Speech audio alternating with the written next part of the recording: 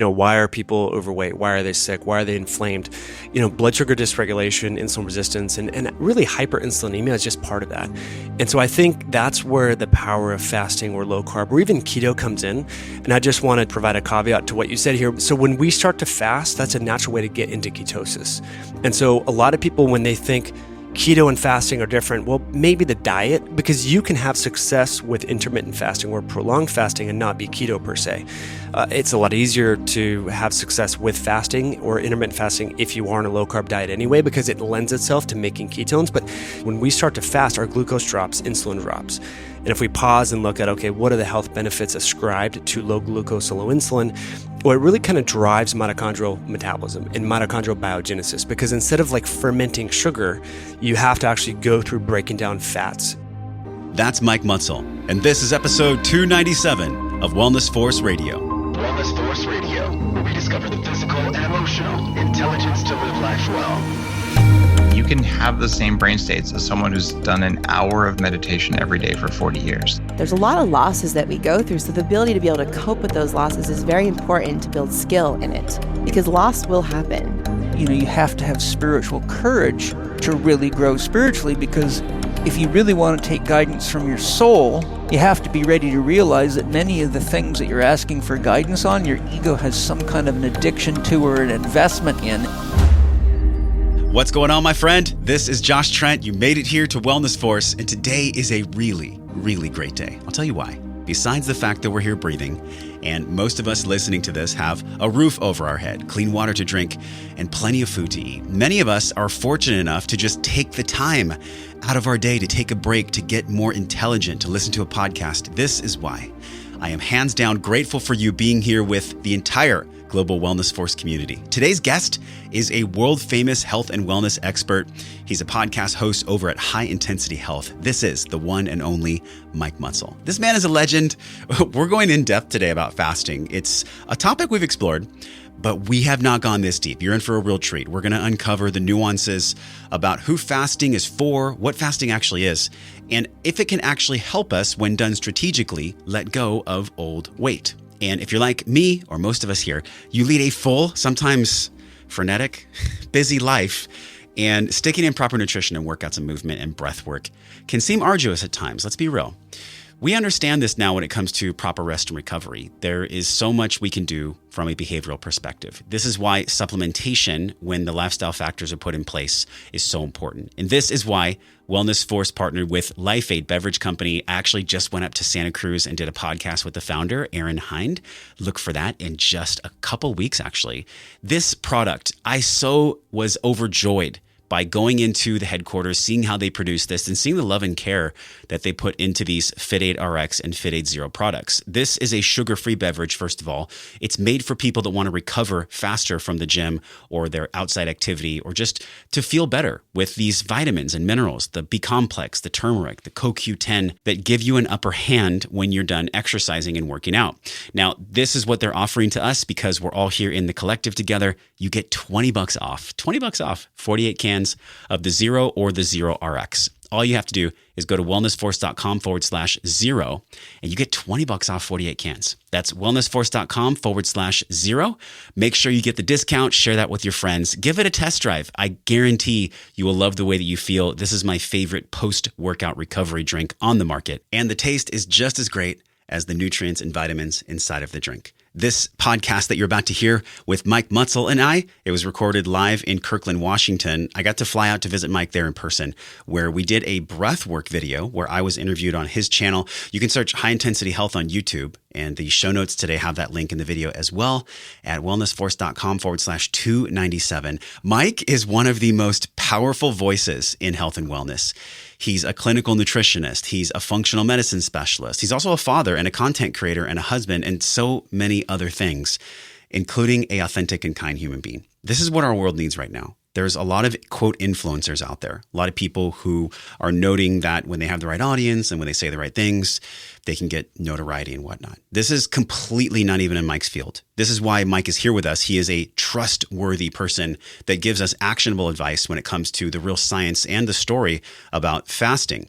We're talking about what metabolic debt actually is, how we can recover from this. Mike is going to teach us how to face what debt we've caused to our metabolism, how we can recover from that.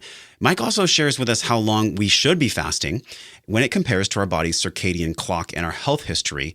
What goals we have when it comes to fasting need to be factored in when approaching a fasting protocol. We explore why fasting is not for everyone, but it is for the right person that's looking to shed extra pounds. Mike also shares with us his belief systems, how he had childhood experiences that formulated his now power as a health and wellness content creator. Mike also shares how plants have supported him, and not just the ones that grow from trees and out of the ground, the special plants, the psychedelic plants, the healing plants that give deep introspection into why we're actually here on the planet.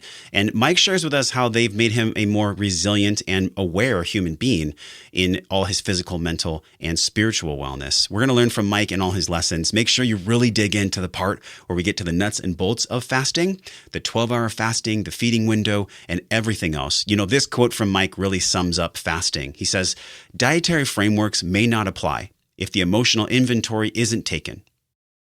Of course, you know, we're going to explore the physical and the emotional on Wellness Force right here, right now with Mike Mutzel live in Kirkland, Washington. What's up, everybody? This is Josh Trent with Wellness Force in Seattle with Mike Mutzel. Mike, thank you so much for having me at your house. My pleasure. Thanks for coming. I wrote something special for you.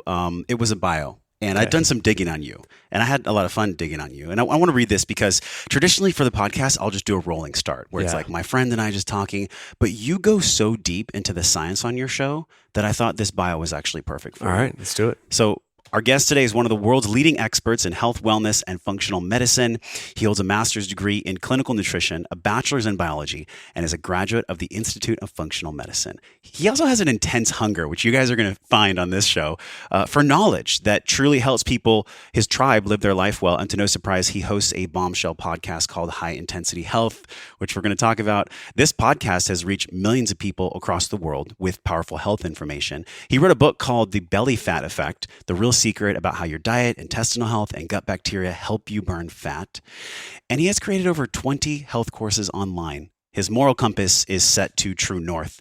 He's a husband, he's a father, he's a true wellness warrior. His past is marked with major thresholds, both inner and outer challenges. These challenges have allowed him to now embody this physical and emotional intelligence we always talk about on Wellness Force that we can learn from so we can thrive in the modern world. Mike Mutzel, High Intensity Health. Here we go, man. Let's do this. Best podcast. intro ever, man. Thank you so much for that bio and Yeah. reading that. That's awesome. Yeah, I mean, when I look at your work, it's been 4 years in the making for you and I to be sitting in your house. We started podcasting around the same time, actually. John Lee Dumas's group, his podcast group. And when I saw you, I was like, oh, he's probably into fitness. Little did I know of all the things you've been through, how many people you'd serve, and just the impact that you're making on the world, man. Before we even start the conversation, though, like, how did you come up with this name, High Intensity Health? Yeah. I thought it was because you had this hunger for the truth, but it's something different. Well, yeah, I mean, there's a few different things. I mean, I just love high intensity interval training. And I was like, how can I like create something out of that? And surprisingly, that domain wasn't taken yet. And so I was like, all right, I'm just going to buy this. And I kind of sat on it for about a year because like you, I mean, I had this idea, this dream of creating a podcast, but it took me a long time to actually like get the guts to actually do it, you know? And so, yeah, I thought, you know what? I mean, because health, to be really healthy, I think in 21st century society, unless you live on a farm, unless you're in Costa Rica, you know, off the grid, like it takes a lot of intention. It's a little intense. Like you have to confine your feeding window. You have to exercise. You have to balance your sleep, like your mindset, everything that you talk about on your show. So I was like, this is kind of intense, but how can I create like a format where people can learn intense stuff, whether it's science, whatever, in a short period of time.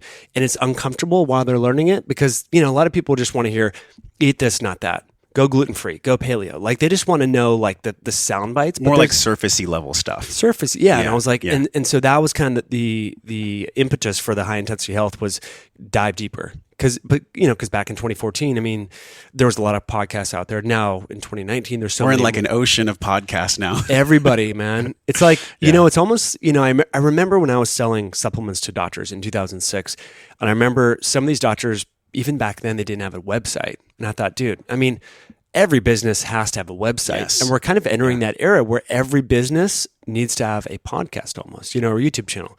So anyway, it's super interesting. So that's how I got into it.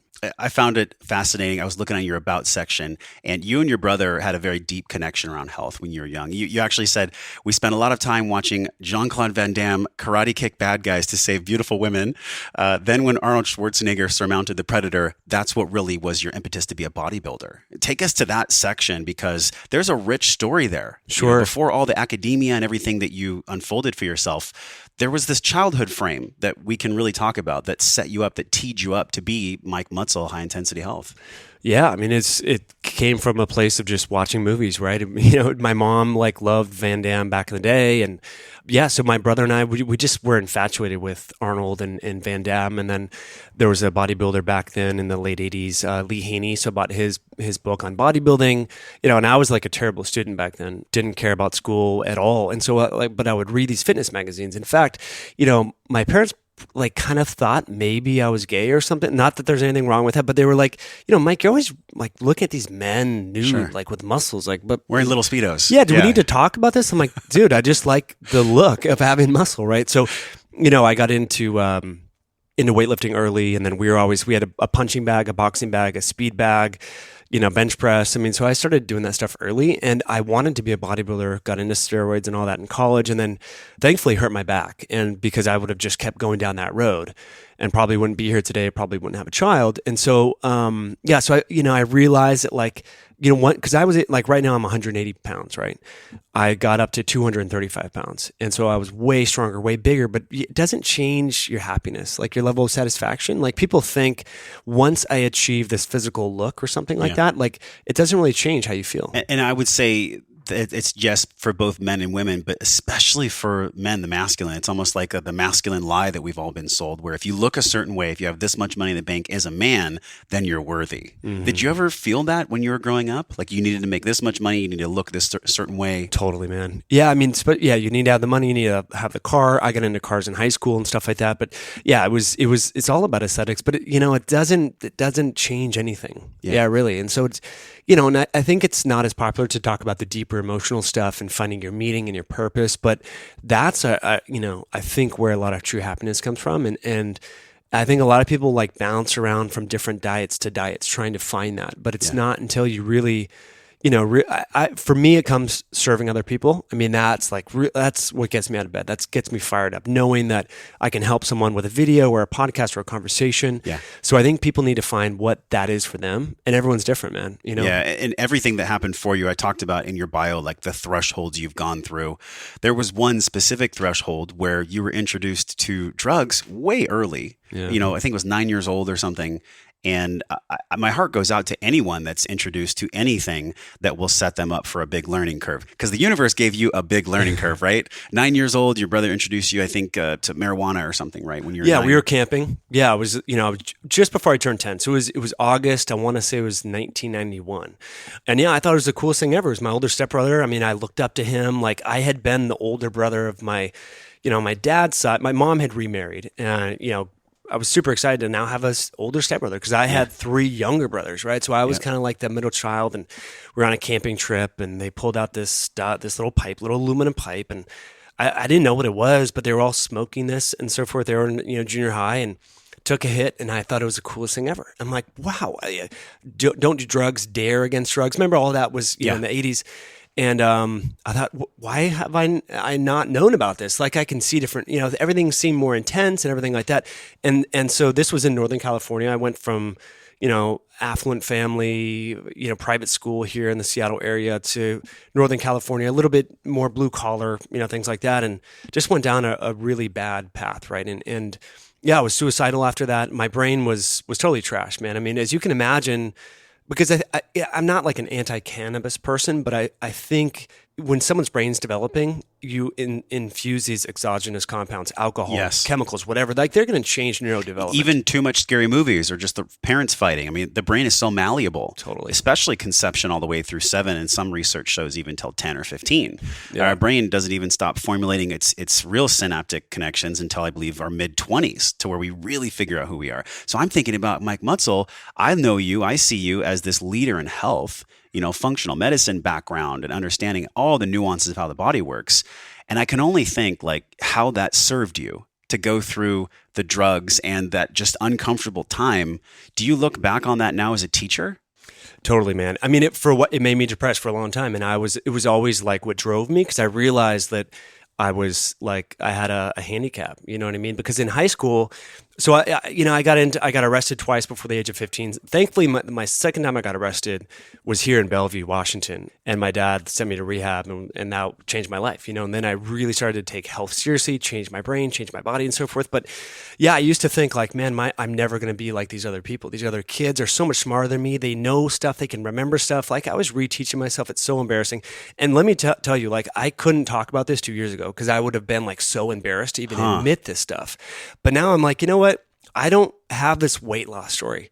I don't have this transformation of like, I lost 700 pounds, whatever, 300 pounds. Yeah. All I know is that, dude, like I felt like a total idiot my entire life up until I just realized like, well, I'm just going to tell people like that I did this dumb stuff, man. Yeah.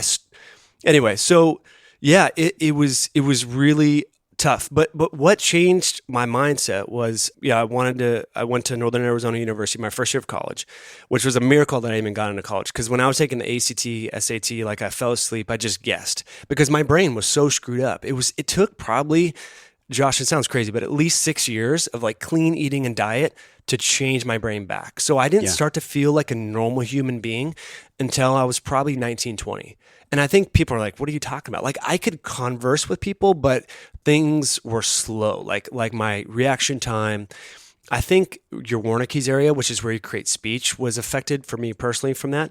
And so anyway, things were tough for me. I mean, I still dated in high school, had a long-term girlfriend, stuff like that. But I like created these ways to like circumvent conversations and, work around my handicaps and stuff like that. But seeing how I was able to change my brain back from that was like, wow, the body is so resilient and malleable.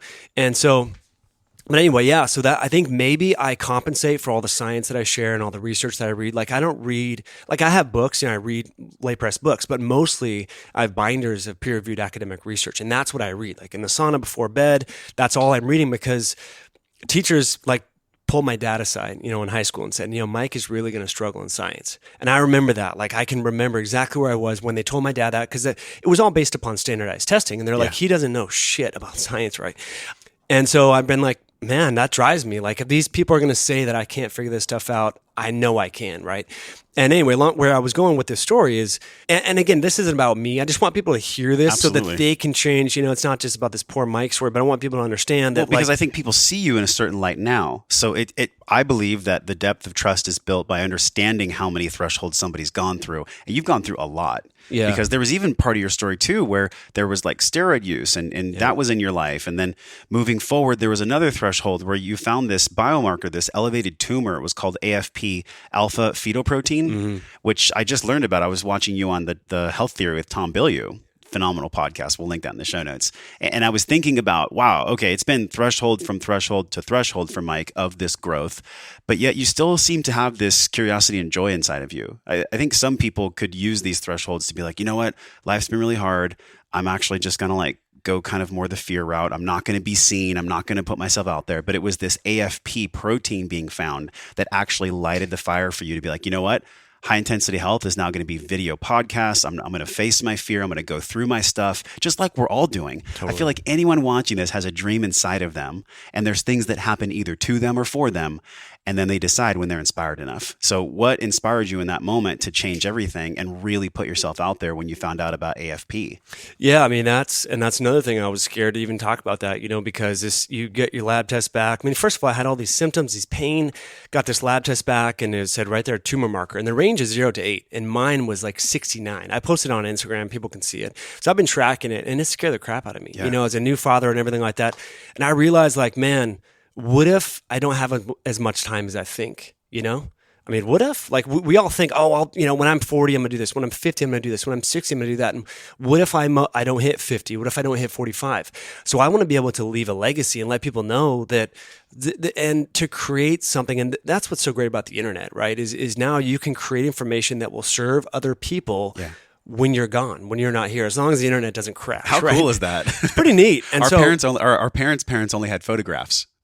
Dude, I mean, yeah, they could write books and things like that, but still. Yeah. It's a pretty amazing time that we live in where we could do videos and people get to see us decades from now, hundreds of years from now. It's amazing, man. And so that drives me. And so, yeah, I mean, there's been so many forks in the road, and I really, whether it's God, whether it's the universe, I feel like someone or something, some energetic body is trying to push me to a different direction. And I think if people take a look back at their life and realize like, wow, if I was in that car in high school that went off the cliff or whatever, like there's so, and realize that no one's going to come save you. No one, because I used to think, oh man, if I'm depressed enough, or if I just kill myself and I write a letter like, hey, sorry, I screwed up my brain because I thought about this a lot. I could jump off this bridge in front of my house, write a letter to my parents, like, you know what? I did too many drugs. I screwed up. Sorry, it's not your fault. It's my fault. But I was like, that's just going to leave so many unanswered questions. Yeah. That's not going to serve anyone. And so I think we all need to realize that we can do more than we currently are. We can impact more people, but no one is going to come pick you up and save you. You have to do the work. And whatever that is for, some people have health issues, they're different than mine, but we need to realize that playing the victim, the poor me, and then also, and it goes back to your question, not identifying, because I started to identify with this tumor biomarker. Like I am the tumor biomarker instead of I have cancer. Instead of like I'm learning from it. Yeah. Yeah. It was, and then I was like, wait a minute, this is just one biomarker. This is one damn biomarker. Dude, isn't the ego and the mind so powerful sometimes? We've all been there where we receive a diagnosis or something, we lose a job or something traumatic. And for days, some people even weeks or months are like wearing it like it's a black cloak. What do you think that is about our psyche when it pertains to health conditions specifically? I think it gives people attention. I think a lot of us are craving community and connection. A lot of us are not connected anymore. When you have an illness or a dis-ease, your family reaches out to you. They're like, hey, what's going on? You get more attention from medical professionals. What can I do for you? Yeah. And so I think, and I don't want to pick on the autoimmune crowd, but I see this in the autoimmune crowd, the Hashimoto's, the lupus, the Graves, the RA. And folks will say, I have this condition. It's like, well, do you? Or do you have antibodies? And it's all a spectrum, right? And so I encourage people to not identify with their disease. And I've noticed this with family members that have had cancer. Once they started to identify and they called themselves, I'm not normal anymore, I'm like these cancer patients, their health shifted. Like you could visibly see it, like in just their mood and affect. And so I think it's really important, like the power of suggestion, the power of positive thinking. Like it sounds woo-woo and all that. Not so much, because if you look at the hard data from like a 40 years of Zen program, and you really see how when someone is in a perpetual state of gratitude, it affects their physiology. It's called psychoneuroimmunology. I mean, literally, like you make yourself healthy, you make yourself sick by the way you think. So I would like to piggyback on what you said and just realize, okay, if I am identifying as something that I don't like how it feels, don't I just have the power to stop identifying with it at any time? Isn't that actually true? I mean, easier said than done, but Isn't that the bottom of the barrel truth? Yeah, and I think it's easier said than done, like you said, but I think it's an exercise we all need to be aware of, and we all need to start doing that and implementing that, even if our blood tests come back and so forth and say things. But, it made me realize too that these labs are imperfect, and the ranges, and so alpha-fetoprotein, I mean, it says tumor biomarker, right, from LabCorp. So it's kind of scary, but then you do the research on it. You're like, well, it could be linked from a number of different things. So I just had a full body MRI, cost me $2,200, but it just was great peace of mind. So I don't have cancer that we can find, but I have a seminal vesicle that's enlarged. And the radiologist was like, you know what? It could be that this enlarged vesicle is just releasing more of these alpha-fetoproteins because it's from this, egg yolk cell derivative. Wow. And that could be part of it. Yeah. And so this, because I realized that I can't identify with this biomarker for 3 years, and so I've really realized that I don't have cancer. It's just one biomarker. It's whatever. And so if I would have identified with that, I probably could have and it sounds crazy, caused cancer to growth and really believed in this and had liver cancer or whatever, because, alpha-fetoprotein elevations are normally correlated with hepatocellular carcinoma or lung cancer, which is very fatal, poor prognosis. And so I was reading that stuff and I was like, dude, I got to focus on the positive. So So take home message for anyone listening.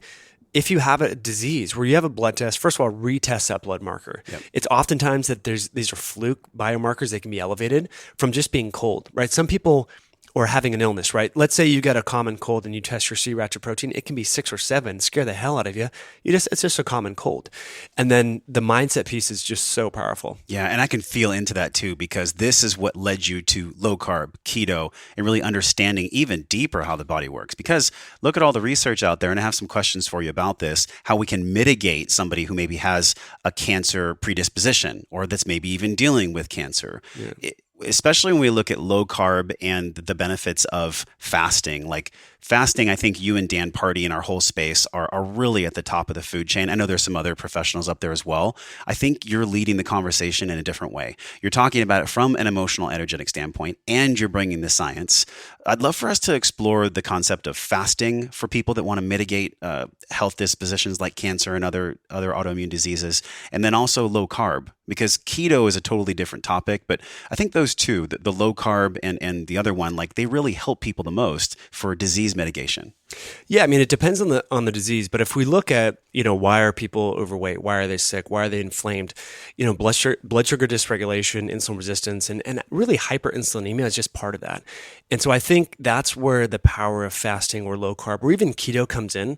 And I just want to provide a caveat to what you said here. So when we start to fast, that's a natural way to get into ketosis. Mm-hmm. And so a lot of people, when they think keto and fasting are different, well, maybe the diet, because you can have success with intermittent fasting or prolonged fasting and not be keto per se. It's a lot easier to have success with fasting or intermittent fasting if you are on a low carb diet anyway, because it lends itself to making ketones. But the fasting physiology, when we start to fast, our glucose drops, insulin drops. And if we pause and look at, okay, what are the health benefits ascribed to low glucose or low insulin? Well, it really kind of drives mitochondrial metabolism and mitochondrial biogenesis, because instead of like fermenting sugar, you have to actually go through breaking down fats via the mitochondria, beta oxidation, or, and most often time, this is simultaneously, not only are you burning fats in the mitochondria systemically, but in the brain requires an alternative, and that alternative is fats, but the brain can't directly, a lot of people say, oh, your brain loves fat, right? Mm-hmm. True, but your brain can't really get fat from the bloodstream directly in it. It needs the fat in the form of ketones. And that's why MCTs are so effective for, say, Alzheimer's or not schizophrenia, but seizures, things like that, right? So ketones are like a controlled release fat. If you look at how fats are metabolized in acetyl-CoA, a ketone, beta-hydroxybutyrate, is 2 molecules of these acetyl-CoA, which, by the way, our liver makes when we fast, when we eat low-carb, high-fat diet, or when we exercise.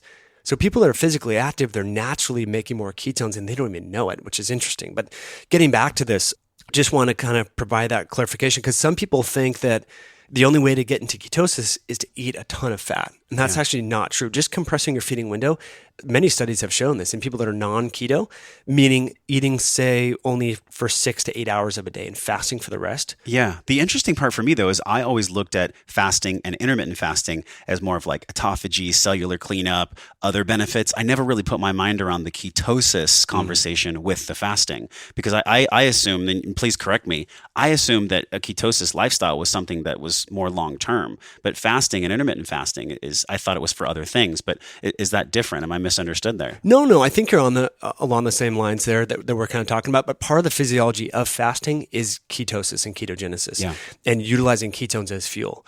Because basically, I mean, you need a certain basal energy in the body. And then when glucose goes down from fasting, your body's going to ramp up fatty acid oxidation. And part of that is ketone synthesis and ketone utilization, what they call ketolysis. And so that's just part of but most people, they're eating every 2 to 3 hours. Yeah. They never cause that demand, that stress to cause the liver to make ketones. And a lot of people say like, well, intermittent fasting keto, that's so stressful. I have adrenal fatigue. I'm already under a load of stress. And if you actually look at the research, eating in and of itself raises cortisol and adrenaline, just like fasting does. So it's not like we've kind of positioned fasting as this emergency thing, that we have this kind of backup mechanism just in case there's not enough food and it's very stressful, but we kind of don't want to utilize it. What we don't realize is that eating is not iatrogenic free. Like it's not side effect free. Like if you think about when people have heart attacks, when they get inflammation, it's in the post-meal, postprandial window. Yeah. And I'm not anti-food, but Sure. I'm just saying that we need food to survive. We absolutely need it. But I love food. Yeah, me too. I mean, that's part of why I fast, because I love food too much. There's the thermic effect of food, because when we're eating stuff like, tendons and organ meats and all these things, and even nuts and seeds for some people, there's an energy that the digestion uses. It's a load on our body. So I could see how if somebody was already inflamed, already super tired, their circadian rhythm is off, they're not aligned with their health practices, and they're eating the wrong types of foods, well then, yeah, them eating food every couple of hours is just going to be another tack of load of stress. It's going to be another stressor on their body. How do we look at the beginning window then for somebody that's just like a general weight loss person that wants to use intermittent fasting or fasting? Like, where do they begin? Yeah, it's a great question. I mean, I just recommend people start it with 12-hour fast. Super simple, right? Why 12? It's very easy. It's like, because the idea of going without food for some people is scary. They're like, dude, I don't know, I would fall apart without my muffin or without my Starbucks. I mean, literally some people are at that level. Yeah. Probably not your listeners, but I think some people are there. So it's like, look, just make 6 to 6. Like if you can eat dinner by 6, or just say 7 to 7, 7 p.m. to 7 a.m. If that's your starting place, like that's like telling people, look, I know you don't know how to bench press yet. Let's get you doing a push-up, even a wall push-up, something very simple. 7 to 7 sounds realistic for most people. They can do it. Yeah. So right? just don't eat from 7 at night till 7 in the morning. That's a great starting place. Yeah. And then, you know what? And if you can skip breakfast and push it out to maybe 10 a.m., maybe 11, and start slowly. I mean, this is like learning to crawl, to walk, to run. And so that's the thing. A lot of people hear about one meal a day, which my wife does, but she's been physically active since she was 16. She was a collegiate runner, has record. This is the OMAD diet. Yeah, the OMAD, man. But OMAD. It's like that's like sprinting. Yeah. You need to learn how to crawl. And so that's where I think, the beauty of the internet is information's everywhere. The downside is the context is often lost, right? And you were talking earlier about like, well, why fasting? Why this? And just in my wife's case, for example, she's on the extreme end of the eating spectrum, right? Very high protein, very low carb, good fat. That's been a training curve for years, though. She didn't just show up one morning and do that. Yeah, she started the keto thing before me back in 2013, actually. Okay. And I thought keto was a bunch of crap, because I was so myopically focused on the microbiome and talk about post-meal inflammation. Like if you want to drive in an academic study inflammation in the post-meal window, give someone a lot of fat. And what you see is actually the absorption of gram-negative bacteria into their systemic circulation. It's a low-dose sepsis. So septic shock, you get in a really bad accident in a car, for example, perforate your bowel, all the microbiome from your intestine leaks in. That's called septicemia. You can die from that. Well, a lot of us have low-grade sepsis and we don't even know it. Part of that could be like this Trojan horse analogy where you have a lot of these long-chain fats from refined oils, bacterial inflammagens called endotoxin. They're like a dog's tail on bacteria. Those get in there and they drive systemic pro-inflammatory pathways. So yeah, long story short, so when my wife was doing keto, I thought, man, that's crazy. Like you're causing all these, but then I saw her body change and I realized that there's more about the kind of the metabolic physiology of ketosis and how it affects the immune system. These ketones are anti-inflammatory, so it kind of mitigates some of this post-meal inflammation. But yeah, long story short, my wife's mother has cancer. My wife lost her older sister to cancer. So that's why she's doing this very extreme version of intermittent fasting called one meal a day. Do you feel like your eating changed overnight when you found out about the AFP? Like, did that really drive you into low carb and keto and understanding how physiology works for the body in those eating states? Great question. I just took fasting more seriously. Yeah. I kind of poo-pooed fasting. Like, what? When I'm in my 40s, I'll worry about it. But I'm like, nah. It's crazy because if you look back on human evolution, sometimes we would go days without food because it just wasn't available. It's only in this current consumerism culture where the food companies have controlled the information that comes out. San Diego State's nutritional department is sponsored by Kellogg's and Kraft and all these companies. I mean, just follow the money trail, right? It's not conspiracy theory. It's legitimate science. Right. Okay, well, you pay for someone's curriculum, that curriculum is going to be steered in a certain way. Did you find that to be the true in college? With your clinical nutrition studies? That's a good question. I wasn't aware of that back then. I wasn't aware of like how industry can influence academics. But now, I mean, if we look at where this eat every 2 to 3 hours came from, that came from managing blood sugar in diabetics in the 90s. So it's like, so you're like, well, wait, you're trying to like that's the therapy to help people control their blood sugars, eating more frequently, small meals. You're like, well, but the people that are trying to do this to balance their blood, they already have insulin resistance. Why are you trying to give them it's different therapies, right? And so I think people need to realize that one of the best ways to balance your blood sugar is just to go for extended periods of times without food, because you're literally creating more, insulin sensitivity. What happens when we stack low-level activity on top of that, like walking? Is that beneficial? Everything. So it enhances the effect. Totally. Yeah. So you're actually driving the hormonal cascade. And so really, I mean, for the scientific people, what you need is low insulin. Okay. You need high glucagon, low glucose. That's kind of the recipe to kickstart fat burning. That happens through, again, low carb, high fat dieting. That happens through fasting. That happens through exercise. So I kind of consider it this triad, right? So you can't just eat a lot of bacon and no bread and think that you're good, right? You need to also implement the aspect of time restricted feeding or fasting and or exercise. And so if someone is going to fast, I often recommend going for a walk first thing in the morning, and really kickstart that fatty acid oxidation. And from a circadian rhythm standpoint,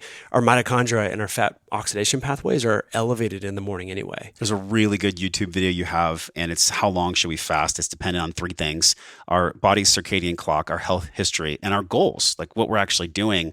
Let's explore those three, because I think for the people that are like, fasting's too hard, if we go into those three, it might not be so hard anymore. It's a good point. Yeah. I mean, I think people are there's so much confusion out there because there's a lot of different, people doing different. I mean, first of all, everyone is so different. That's the thing we need to understand, right? So if this is a young athlete that's looking to get pregnant, like the fasting recommendations are so different compared to someone who's 55, done with kids, close to retirement, but has 40 pounds to lose. And so I think, again, this context needs to be considered, right? And then what are our goals? And so what are the ways to go about this? And really, and I got this, I like to listen and learn from different people. And so Dave Ramsey has this he's kind of a right-wing financial guy, from the South, right? I mean, he's kind of funny, but people call in and they ask him questions about how can I get out of debt? How can I pay off this credit card, student loans, whatever. First thing he says, like, what's your income? How old are you? What are your expenses? Like, it's like, he's trying to ascertain like how much fiscal debt do they have. And so I was like, well, people need to we need to somehow quantify the metabolic debt that we have. And so I'm working on this new book and helping people to realize like, okay, Sally Smith, very active. She's been paleo since she was 10. Her mother was like a nutritionist, right? She's been growing her own vegetables. Her fasting program or time restricted feeding program or low carb, whatever, it's going to be so different from Joe Smith, who's been eating McDonald's his whole life, who's been drinking diet soda, who's been staying up late, right? And so I think we all need to be very brutally honest, and that's tough to do, and say like, man, I've been living a crappy lifestyle for a long time. I need to be a little bit more extreme with this. Your concept, I've never heard of this, metabolic debt. It makes so much sense. I'm not going to buy a house if I have $100,000 in credit card debt. It's like not going to happen, even if my heart really wants it. So if my heart really wants to lose weight, if my higher self sees me as a healthy, fit, attractive man or woman, that's great. But what you're saying is to actually look at the debt that's been occurred and not collected yet. I think it's like the debt collection phase when it comes to metabolism that we don't want to face. Totally. How do we look at that? How do we begin to look at what has happened for us? Someone in our space that I respect, he has a lot of debt and he's open about it. It's Jimmy Moore. And he talks about how with all of his keto exploration and everything that he's doing, he always reminds people, look, my past was very different than yours. I have a lot more metabolic damage that I'm continuing to get through and get over. So, I'm 39. I'm always looking for ways to let go of lipids, to let go of extra energy because my body doesn't need it anymore. So I'm thinking about my inventory that you mentioned for like a metabolic debt window. For me, lots of poor nutrition when I was a kid, welfare, Kraft, Kick cereal, Velveeta cheese, like just terrible stuff for like 2 decades. And all of that stuff stays with us for some time. But how long does that actually stay with us? And to what degree do we let go of it? How do we let go of that? It's a brilliant question. I don't know that anyone knows. Part of what's unique about food is it makes up our cellular components as well. And food affects genetic expression and epigenetics, right? I think in your case, then going, like you've already been doing this, but right, going paleo, going grass-fed, organic, like really changing the messages that you're sending to your DNA and your epigenetics and your genes, and then maybe tinkering the fasting knob, like fine-tuning that a little bit, the exercise knob, you're doing the sleep and spirituality knob, but maybe, just tinker like all these different knobs that we have at our fingertips. And so what is the right solution for everyone? I don't know. I mean, maybe in 10 years, we'll have a blood test. We'll look at the metabolomics and proteomics. That we'll be able to say, okay, and Josh, we have genetic expression of whatever. ApoE is wonky, or PPAR alpha, PPAR gamma is upregulated. We'll know how exactly to fine tune these things. But until then, I think we just need to be realistic, and set a plan for ourselves and be like, look, if I've been doing this unhealthy thing, like you said, it was maybe 20 years in the making, and you've been now doing this 20 years roughly, pretty healthy. Like, it makes sense. You've been cleaning things up and you've given it equal time. Going back to the steroid thing, I don't know why this analogy is coming to my mind, but anyway, so when people do steroids, they should come off steroids. And that's a problem with the internet now, is everyone's on steroids for a prolonged period of time. But one of the things that people would say is when you do steroids, you need, let's say you do a 12-week steroid cycle, you put on a lot of muscle, you get big, all this, you do a contest. You should take 12 weeks off of no steroids, right? So the amount of time that you were on, you should balance out with the amount of time that you should be off. And so I'm thinking that kind of makes sense to reset our body when it comes to like, how long have I been unhealthy? If it's 20 years, okay, maybe the body can adapt in more real time. But in Jimmy Moore's case, if you know what I mean? This is big. That's a really good point. I'm not saying that I'm right on that. I could be totally wrong. Well, let's be realistic about the recovery phase of anything. If you go hike a mountain with no training, your recovery is going to be a lot different than if you trained for 6 months. Totally. So if people are looking for drastic diets, I mean, I was 280 pounds at one point. So I did all this experimentation. I lost and gained 100 pounds. And, when I went to the exercise physiology ward at UCSD, the head scientist told me, when you lose more than 15% of your body weight at one time, it completely affects your resting metabolic rate. So for those of us in this conversation of, have I lost a lot of weight in my life and have I gained it back? It's actually disadvantageous to how many calories your body is burning at rest, your resting metabolic rate. Can you shine a light on that a little bit? Yeah, I mean, we call it AT, or adaptive thermogenesis, in some of the metabolic research. And, part of it comes through just our resting metabolic rate is higher the more heavy we are, right? So the 285-pound version of Josh, the 235-pound version of Mike, although our body composition was not superior at those body weights, our resting metabolic rate was higher. And when we exercised, we would burn more calories when we were at that higher body weight, because you're just moving more mass. And we have more muscle tissue as well, which requires more calories. So yeah, it's fascinating to me though. Like, what's the science around why it actually lowers, and can we ever regain a higher RMR? Yeah, I mean, part of it has to do with fat cell physiology. And it may be that the fat cells are changing as we gain these weight regain cycles. So you lose it and regain it. Hyperplasia is new formation of fat cells, and hypertrophy is enlargement. And so what we see in people that have done these yo-yo diets where they've done biopsies of adipocytes or fat cells is there's evidence of hyperplasia and hypertrophy. So if we think about like hypertrophy building muscle, right? Great, positive, but you don't want your fat cells to enlarge. And so that may be part of it. And so I think there's new data now looking at your pre-weight loss leptin and ghrelin levels. So these are appetite, satiety signaling hormones. People can test at, any LabCorp, Quest, whatever. And your pre-weight loss, pre-diet levels of that will actually determine how successful long-term your weight loss will be. And it's kind of interesting. So it doesn't mean that if these are high or the ratios are off that you're doomed, but it just means that your body's set point is such that it may be easier or harder to sustain that weight loss. Could those levels of leptin and ghrelin, the hunger, the satiety hormones, could that also dictate what style of dietary path someone might take? In other words, if you found out your ghrelin was this level and your leptin was this level, could that dictate your intermittent fasting window? Could that dictate Mediterranean, paleo, keto? Could we learn anything from that in the long term? I totally think so. I think that's a brilliant point. I haven't thought of that. It's amazing. Yeah, I think so, because fasting is really a great way to do that. Because actually what fasting does is it increases ghrelin and reduces leptin. And some people... And share with people that don't know about ghrelin and leptin. We've talked about it with PERLMUTTER and other people on the show, but if somebody hasn't heard of the seesaw between ghrelin and leptin, like what is that? Yeah, so leptin is our energy gauge. Like, so it's lowest. Like when we are recording this right now, like my leptin is probably the lowest, and that's driving hunger. So the mid part of the day, it oscillates on a circadian rhythm. 99 point whatever percent of leptin released is from our adipocytes or fat cells. So the more body fat you have, the more leptin you're releasing. But leptin gets this leptin resistance within the brain, which is really unique. And so it's this paradox where you're like, well, wait, someone is overweight, but they're really chronically hungry. How can that be? Because there should be feedback mechanisms inhibiting food intake. There's enough energy there. But the brain doesn't sense it, right? Yeah. And the analogy that Alicia Stanton taught in an IFM seminar a long time ago, 2008. I remember this is like, when you order pizza, right? If you order pizza and 200 pizza men come in, you're gonna be like, you're not even gonna open your front door because you're like, dude, what are you guys doing here, right? But if one comes in, you're gonna open the door. And so when there's too much of a message, our receptors become desensitized. They ignore that. And so that's leptin resistance. And it really happens in the hypothalamic, the kind of the brain level. And so on the contrast, ghrelin stimulates appetite and satiety.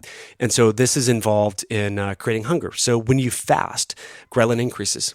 And and when you really suppress your calories, and I think this is why, going back to your specific question, people that have really cranked up ghrelin anyway, doing calorie counting, probably not going to be just traditional dieting, more exercise. JT talks about this. What does he say? He has the eat more, move less. He has an EL calculator. It's all laid out in his book, Lose Weight Here. We'll link it in the show notes. It's I forgot awesome. his actual mechanism. Yeah, he has all these different acronyms. I hope you kind of remember it, but it's basically move more, eat less. And so when you do that, you're going to crank up ghrelin, and so basically that suppresses your resting metabolic rate, and it makes you more hungry, which translates into poor long-term success. And so I think for people listening, if they do want to measure your leptin ghrelin levels, what I would make sure to be consistent on is when you remeasure, because all these hormones fluctuate on a circadian rhythm. So I've had clients, they're like, I got my testosterone level back and it was in the tank. I'm like, well, when did you get it tested? 4 p.m. Like, well, I mean, to be honest, to get a good assessment, it's like it should be in the first couple hours of your day, because that's going to be like the peak, And so we want to be able to look at these adipocytokines, these appetite hormones, satiety hormones, when, we would think they would be kind of at their lowest, right? And so just be consistent with your blood tests, because circadian rhythms matter. And I can see somebody who's like, okay, these are grand concepts. Maybe somebody's even rewound it, and this is the second or third time they're listening to this or they're watching this. At the bottom of it all, there is a question, I think, for most people. And that question is, how do I know what's right for me? For me to actually do the IF window, for me to actually play around with my caloric load, how much carbs I should have, if I should even be in ketosis. Maybe let's just talk about the fasting one, because it seems like it's the least expensive. It's cheap to not eat, right? It's free. And how would one you talked about 7 to 7 as a starting point, but what's the next stage after that? Is it having an 8-hour feeding window? Is it having only certain times throughout the day that you eat? I mean, how does one figure out what's right for them when it comes to intermittent fasting specifically? Yeah, that's a beautiful point. And just to kind of take a step back, I like people to track labs and to look at things that are objective biomarkers to track progress.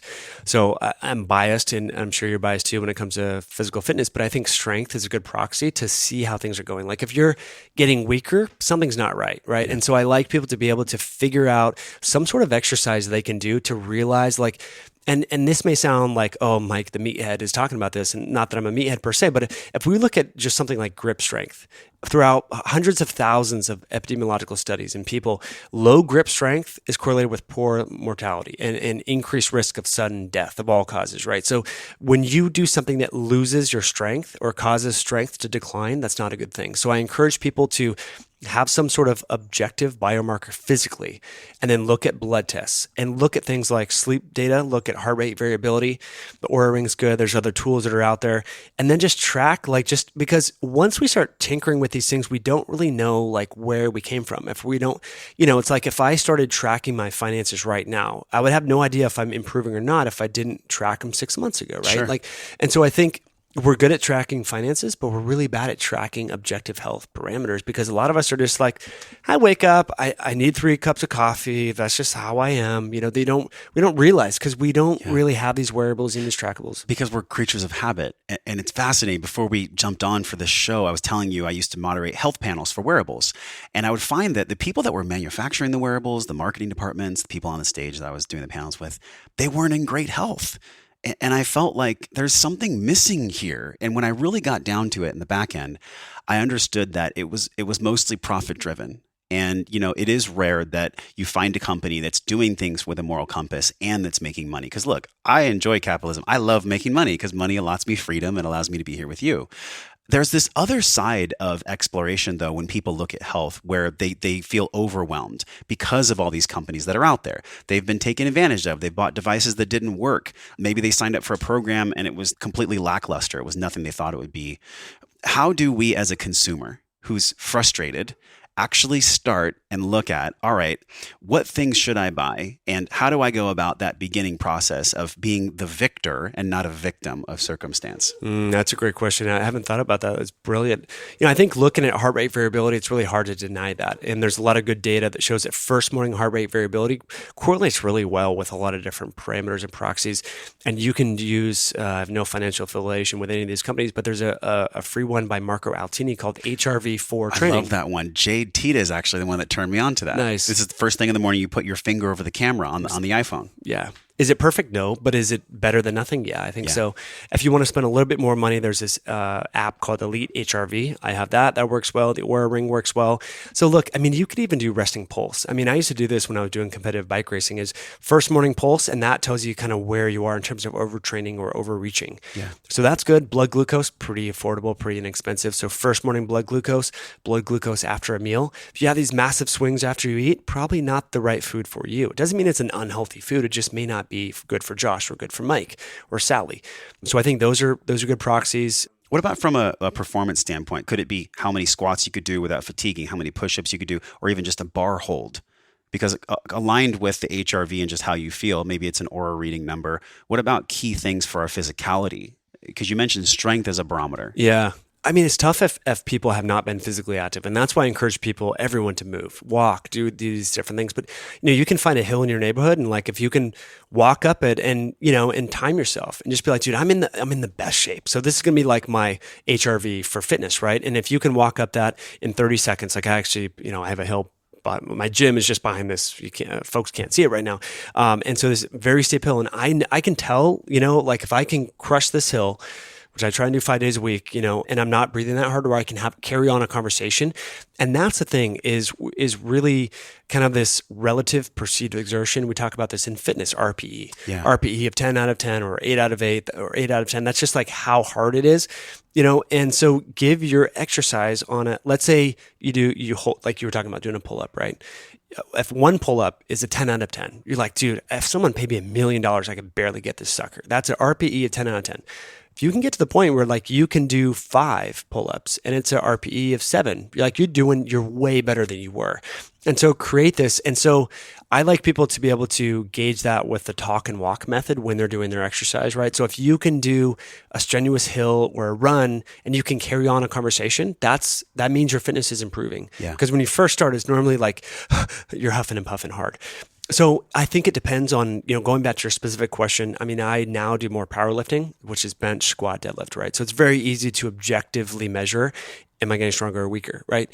Is that the best tool in the world? No. But I think, looking at something that's a compound movement like a squat, that can be an air squat. It could be a bodyweight squat to start. Anything. Nothing crazy, just like an air squat on a box.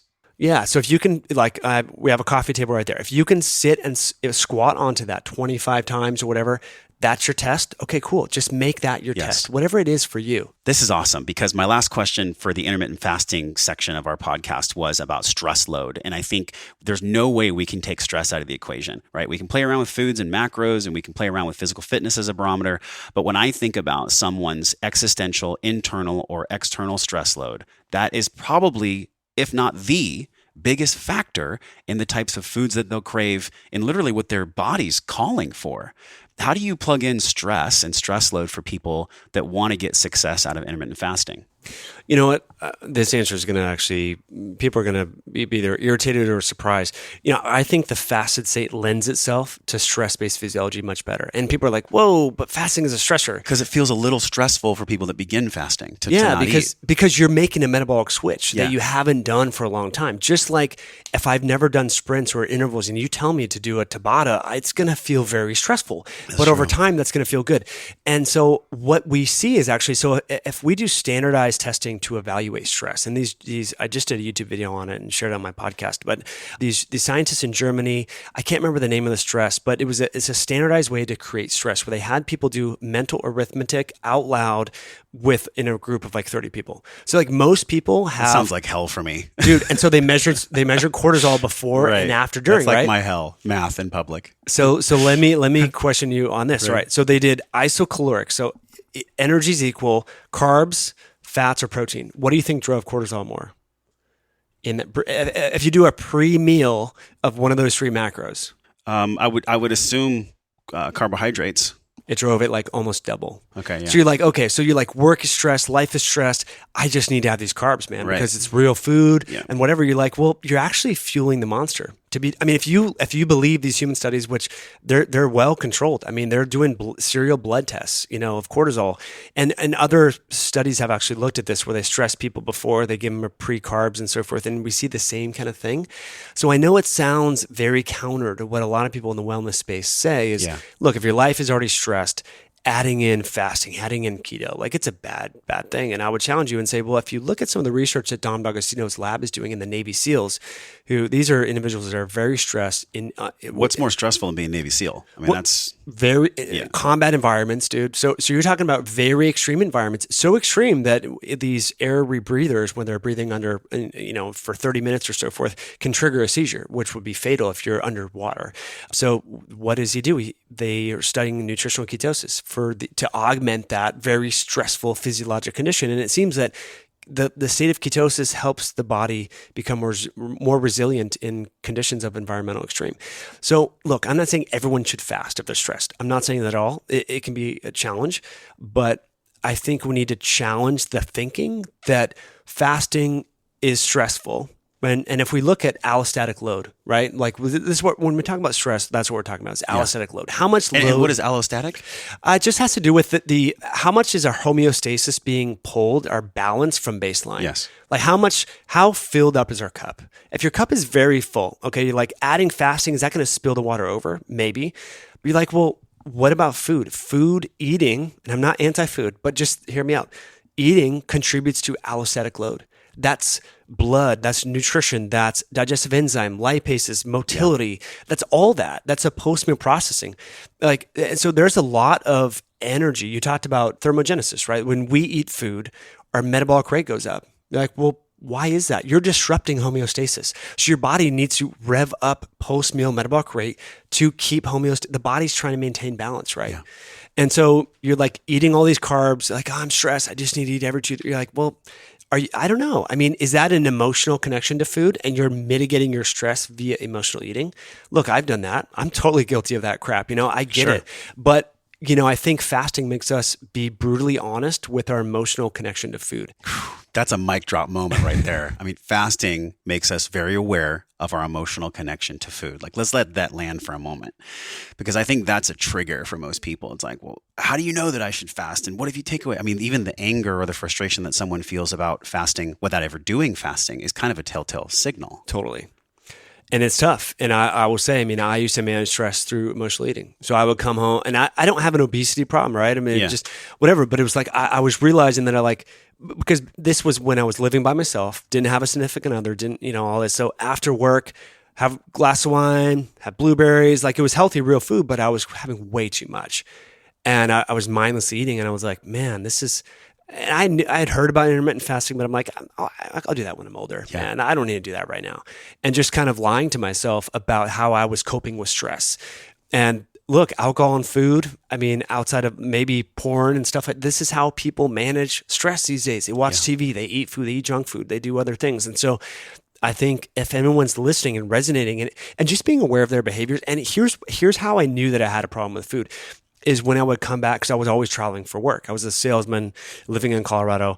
I was going to Utah. I was going to, Reno, Nevada, going to Vegas. It was my territory, kind of the Rocky Mountain region. And I realized that I would come home and I would do the same stuff. And I was like going right. The first thing I did, I put down my bags and I would go to the cupboard looking for crap just to eat. And I was like, dude, why am I doing this? I haven't even unpacked my damn suitcase and I'm already looking for food right away. And so I think it helps for people to get out of their environment.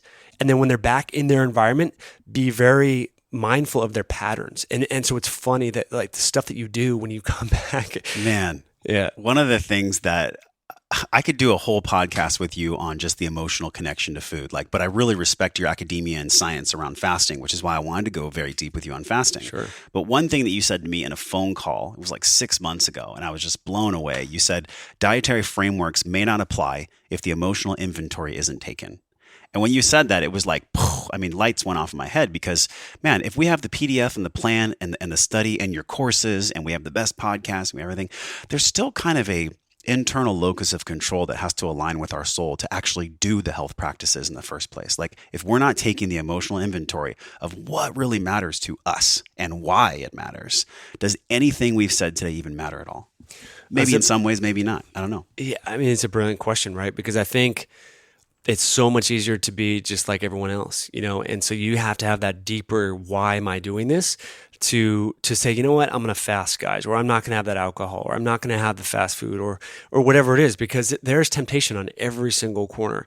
And so if you just kind of are unaware and flying blind, like you're going to be drawn to that, right? You're not going to have that deeper seated, why telling you because look, I mean, to eat healthy, you got to go meet a farmer, get grass fed stuff. You got to pay the money. You got to cook your food, right?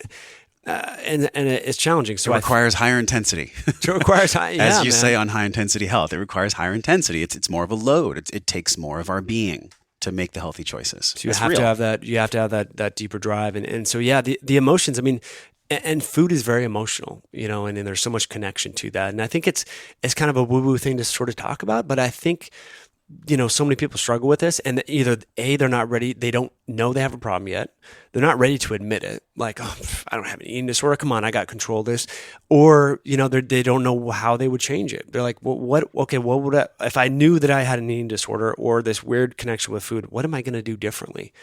And I think just brutal honesty, I think, and like you talk about, like being a little bit uncomfortable, and so that's where fasting is unique. So like we used to have all sorts of like kind of safety foods, right? It was gluten-free chips, all this sort of stuff. So it's like, you're stressful, just grab some chips. Like they're healthy, they're paleo, whatever. But you know what? Now, like when you're fasting, you got to deal with that. You got to realize, wow, I'm feeling awkward right now. I'm feeling uncomfortable. I'm feeling nervous. Like why? Why do I feel this way?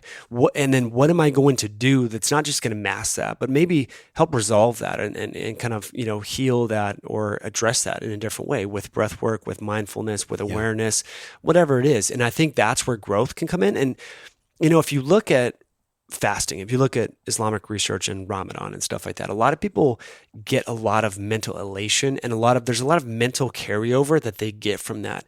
And so I think that's another reason why people should consider fasting, not just for all the physiology that we've been talking about, keto, fat loss, blah, blah, blah. Okay, great. But the mindset shifts and realizing that, like, look, I'm craving food's around me, but I can go without food for 48 hours. It's pretty empowering. And it makes you realize, like, if I can do that, I can probably do these other things that I'm scared to do or don't know how to do yet. Don't you feel like this is why we're seeing in our industry a resurgence of cold therapy, hot therapy, events, experiential learnings, breath work, fasting, intermittent fasting? It's because we've become very soft as men and women. Like our ability to deal with stress and deal with change. You represent this attunement to who the hell we actually are at a primal self level, because there is so much of our society like soft couches and computers and tablets and one-click Amazon to your door. I mean, people could live literally in their house for their entire life now, and that's never existed in human evolution. Yeah. So I'm curious how you see what you do with high intensity health unfolding in the future. You've been really focused on the disease pathways and the physiology and the biology of ketosis and low carb, and people know you as an expert in these spaces. But what else is lighting you up for high intensity health besides those subjects right now? Oh man, well, thank you for that. That's awesome, Josh. Yeah, I don't know. I mean, really trying to teach people, and not that I'm an expert per se, but live off the land in a sense. Like we haven't gone in the backyard yet. You have 16 chickens back there. Yeah, and 3 turkeys and 2 pigs and stuff like that. So the pigs were fighting last night, he told me. We crazy. Oh my gosh, God. Not to change the topics, but man, all males. I've seen, so we used to have roosters, they fight like crazy. We used to have 2 tom turkeys, or male turkeys, they fight like crazy. So it's a male thing. It's weird. It's this machismo. This is my territory. And so we see this in business and politics and corporations and crap like that. Like, it's crazy, man. This is why we need our women. We need you more than ever. Totally. Feminine energy. Yeah. Really, man. And so these 2 male pigs, man, they were foaming at the mouth like they had damn rabies, attacking it. And these are pigs that they sleep together, like 69 style, so that they're for protection, so that they have all the angles covered if a predator comes. And they were just like going to kill each other. And they're so low to the ground, and their inertia is just so, and they were battling ramp, like, and their ears were chewed, one of them chewed off. I mean, it's like, I thought, man, I'm gonna have to go get a knife and just, before they both kill each other, and like just cut one's throat. Like, it sounds brutal, but I'm like, Sure. this is gonna be nasty. It's primal. They don't have the consciousness that we have. They don't know. Some people might argue against that, but you actually have a course around this. I saw on your website. There's a specific course around teaching people how to have their own garden, their own kind of permaculture, agriculture system. Yeah, backyard garden school. So Nancy Carpenter, she's been doing my show notes. She's awesome since 2014. Cool. Great lady. And so, yeah, she grew up on a farm in Pennsylvania, chicken farm, and grows all her own food. Not all of it, but a lot of it. And she's amazing. So, yeah, we partnered up on that. And so, yeah, kind of where I was going with that long story about the pigs and everything is, I think, like you alluded to, we're becoming more aware that, man, this life can be so easy if we let it. And there's no growth that comes with that. And really, there's no meaning with that. So it would be nice. Like, look, you don't leave your house. Amazon delivers everything, groceries, TV, entertainment, whatever. You don't have to do crap. Alexa answers your emails. Like that's not satisfying. Yeah. I think part of what makes life rewarding is work and effort and strife. And I look at David Goggins and his following, and people are realizing that, man, this easy life, like there's got to be, it's not satisfying. And so I'm not saying we have to be David Goggins or struggle or anything like that, but having animals has given me a lot of purpose, because I got to care for them, man. Like in the morning, I can't sleep in and just sit in my bed. Cause I used to do this in my late 20s, just on Facebook, just sit in bed. Like, I don't need to get up for anything. I can just screw around and whatever. No one's going to know. I can hear the chickens. The pigs are hungry. They do OMAD. They eat 1 meal a day, by the way. Anyway, so it's like, it gives people purpose, and most importantly, it connects them with their environment, because so many people are like, well, should I be keto or should I not? Well, Where do you live? What's in your environment?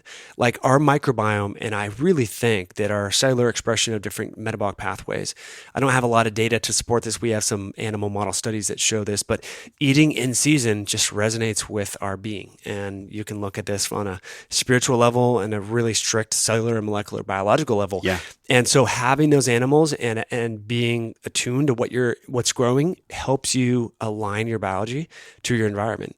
And I think that's a big thing that's missing, because people are eating health food out of context.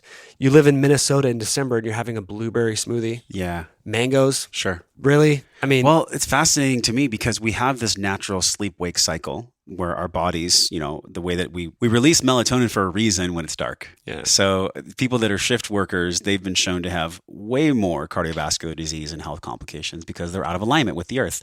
And there's a component that we talked about with Anahata Ananda where she talks about the 4 seasons and honoring the seasons in our lives as well.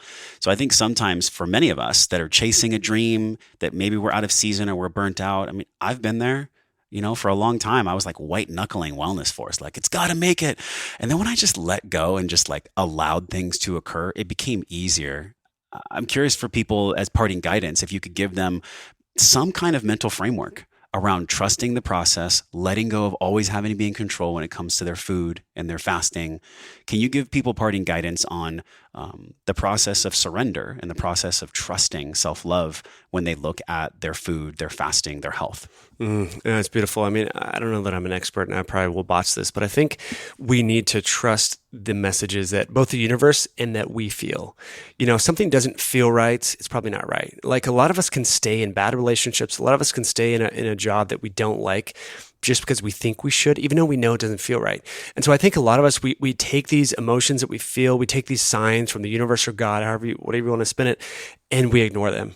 And I think that's a big mistake. And so I think just being aware that these are messages, and when you're feeling these things, you should act on them. Maybe not tomorrow, maybe not the next day, but you should start to manifest and at least pay attention to it. Because a lot of us kind of tune this stuff out, man. And think about it. Like you started this podcast in 2014, but you had the drive to do it in 2010. Like me too. In 2012, I wanted to do a podcast, but like I'm not good enough. It took many years of going through my own shit, my own verbal dialogue that wasn't serving me to just let go.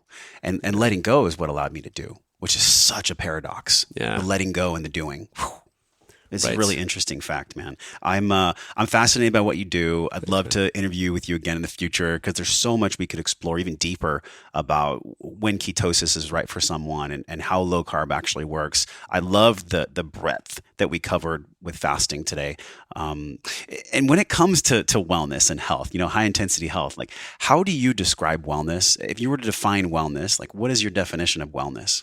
Yeah, I think that's a great question. I think being able to function on a daily basis without a lot of external sources of medicine, crutches, things like that. Not that that's bad, but I think, the ability and also to have resilience. And so I think if we think about, if we look at people that you think are well and in their 70s or whatever like that, they're resilient. They're strong people. Small little bumps in the road doesn't totally throw them off kilter. Whereas the people that we think are not so well, it's like one little thing, and it can be, you didn't text me the exact direction. Yes. It could be just small stuff. They freak out. You're like, something's not quite right there. So it's both, I think, mental and physical. And so that's what I would say is wellness. So I think wellness is really resilience. It's the ability to, like, if we didn't have lunch or dinner today, like, we're not going to fall apart, man. We're going to make it. We're going to be okay. We get a flat tire. We're not going to have a meltdown on the side of the road. It's like, it happens, So having that adaptability, because I think people that kind of are unwell are just very rigid. Both in different things in there, little bumps in the road just throws them off kilter, man. So I love your definition. Resilience isn't about rigidity. Resilience is, I think Bruce Lee talked about it, and you'll have to look that up because I will butcher the shit out of that. But we both know that Bruce Lee was something about flowing with challenge as if it were water. So resilience isn't the oak tree that doesn't bend. It's like resilience can be the oak tree that their roots are so deep. They've done so much cold training and fasting and so much everything when it comes to health practices that when the strong breeze comes, they can just sway with it. They can blow with the breeze instead of cracking. And I really enjoyed this conversation, man. Thank you for having me at your home. Yeah, my here pleasure, in Washington. Josh. This was awesome. This is really cool. And tell people where they can find you besides your YouTube channel, which is 250,000 really, really focused people that are here to live their life well. Your YouTube channel is probably the most impressive channel, one of the most impressive channels in our whole space. But where can they go to find your programs and more about you? Yeah. Well, first of all, thanks so much for having me on. And you're a great interviewer, man. Like, your voice and like you're paying attention. You're doing really good work. So Thanks, keep it up. Yeah. Just High Intensity Health is my website. So I'm active on the website, but Instagram too. I like to share like some science and you're on the grams. I see you on the grams a lot. So that's kind of fun. So yeah, those are the two places. If anyone is listening and they heard this, they can send a DM and just say, "Hey, I heard you on Wellness Force Radio. Thanks." Or, "I wish we would have talked about this," or, "You suck." Whatever. I love to hear from people. Why are you telling me not to eat, Mike? Yeah, right. So yeah, man, really appreciate you coming out here, and thanks for having me on. Awesome. Thank you, brother. We'll do this again soon. Sounds good. All right, you guys, we're talking about this in the Wellness Force group as well, wellnessforce.com/group. Send your questions in. Let me know what are the questions that I didn't ask that you wanted me to ask, that you would have asked if you were sitting here with Mike. So until we see you again, we're both wishing you love and wellness. Hey, thanks for listening to the show, my friend. Everything you learned on this podcast starts with your morning practices. So from over 300 world-class guests, we pulled together 6 simple yet powerful morning practices down into a 21-minute system guaranteed to increase your vibration and the way that you feel every day. Get this free, powerful guide over at wellnessforce.com/M21. And if you love this show, share it with somebody. Share it with somebody that you love or that you care about. You can support the show easily by leaving us a 5-star review on iTunes. Just go to wellnessforce.com/review, or if you're on your phone, just tap it, hit the link in purple that says review this podcast. And the journey does not stop here. We're continuing this discovering process in our private Facebook group over at wellnessforce.com/group. You can be a part of it. You already are. All you have to do is join us at wellnessforce.com/group, and I will welcome you at the door. Now go out into your life and live your life well. And until I see you again real soon, I'm wishing you love and wellness.